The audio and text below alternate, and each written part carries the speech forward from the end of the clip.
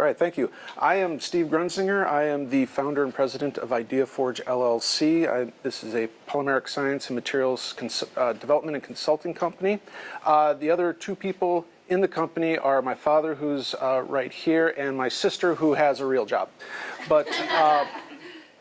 And so what I'm going to be talking about to you today is a material that I developed and the application that we are going to be trying to sell to the public in a very short term. So with that, let me introduce you to the iFusion watering spike.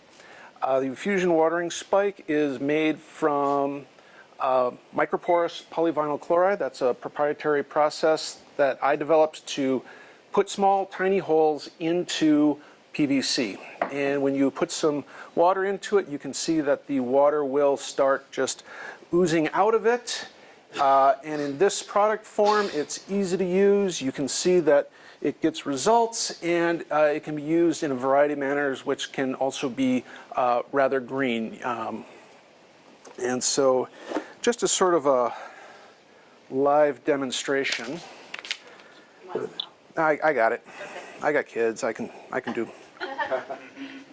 So I was told this is I gave a presentation almost 3 years ago, and I was told having a little bit of color in this would help. But so I'm just going to stand here and try to give the rest of my presentation. So then again, it's easy to use. My daughter can help me. It gets results, and you can use either do some upcycling with PET bottles, or you can do some other things to sort of keep it into your design aesthetic as you need.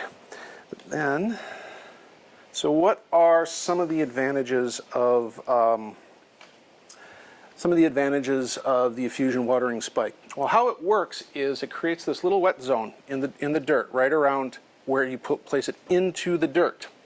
And by doing that, there's no runoff. There's no flooding of your plants. You're not going to get percolation into the groundwater. You're not going to get any draining out of the bottom of your plants. And so what essentially happens is the dirt sucks the water out of the spike, and it just kind of holds it there. And so the plant only takes the water when it can and needs the water. And so you can't overwater. There's not so much water in there that you're going to flood out your roots. You're not going to get runoff, draining, bad stuff into the watershed. There's no more underwatering, because as long as you keep water supplied to the spike, it's always going to be there for the plant. And so you don't have to ask yourself, is it time to water the plants? Well, you can just look. It's like, does the container have water? Yes or no? That's slow. If your reservoir has water, you don't need to water it. But if you want to put more water in there, that's fine. It's only going to come out as fast as the spike lets it out, and as fast as the soil can pull it out, and as fast as the roots can take it out. The water reservoir you use can be open-topped or closed-topped. This is an advantage because a lot of the the plug-and-play, like the watering globes, those are closed-topped. So if you want to fill it, you have to pull it out, fill it up, put it back in. There's a number of other ones out there with different styles, but it's the same general thing. You have to pull out some bottle, fill it up, put it back in.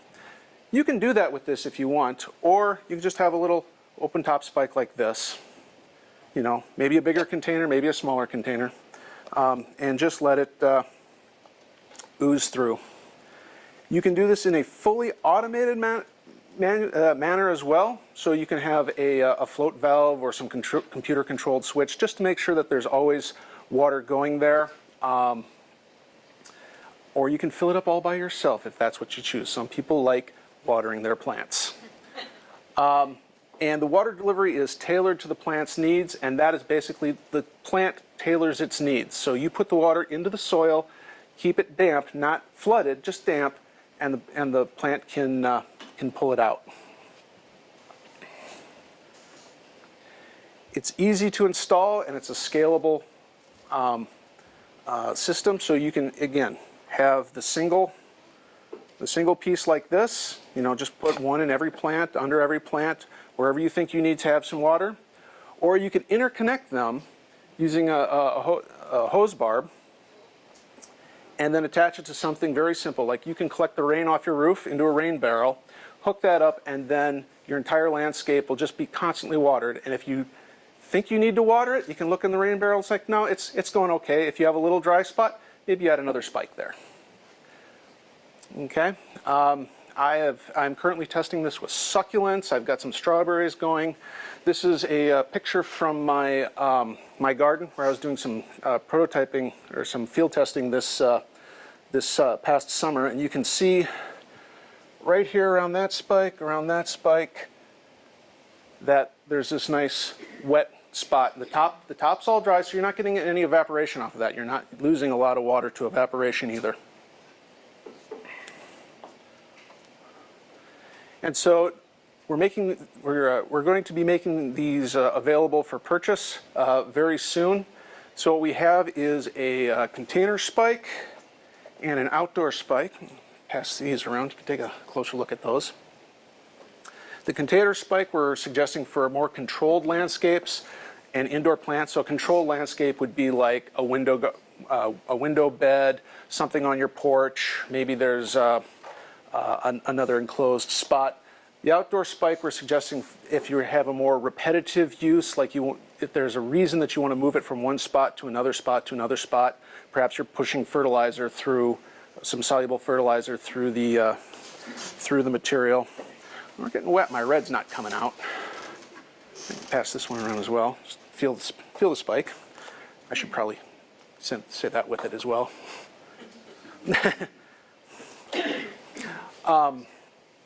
And harsher landscapes, and these are landscapes what I call maybe a deer will step on it. Maybe your plants are such that. I did have one of my early spikes, these are redesigned, but one of my early spikes had during a windstorm, had a plant push up to the side of it, and it was so stuck in the mud from the rainstorm that the top of the hose on top was enough to crack the spike, and I had to fix a leak in that one. But these were redesigned to be thicker, much more sturdy, so I don't expect that to happen. But at the same time, deer can step on them, gophers could try to chew through them. You know, it's just a harsher landscape. Plus, it's got a sharper tip, so it'd be easier to push into the soil. And then, to make life easier for people who are not so motivated to build out their own infrastructure, I've designed a 3D printed PET bottle connector. The reservoir that's being passed around right now is this one right here. It's about a 1 ounce capacity. That'll last for about 1 to 3 days if you put water into that. And then if you want to make the larger ones, you can do your own DIY reservoir, rain barrel type, or another PET style, so you could actually hook up like a 2-liter bottle will fit onto that, and you can supply several of these other hose barb connected spikes through that process. And then coming very soon to the iFusionTechnology.com website, we'll be opening our store. We're using Shopify to power it, and so all of that stuff you saw in there should be for sale very soon. It was iffy if I'd get it done by today or not.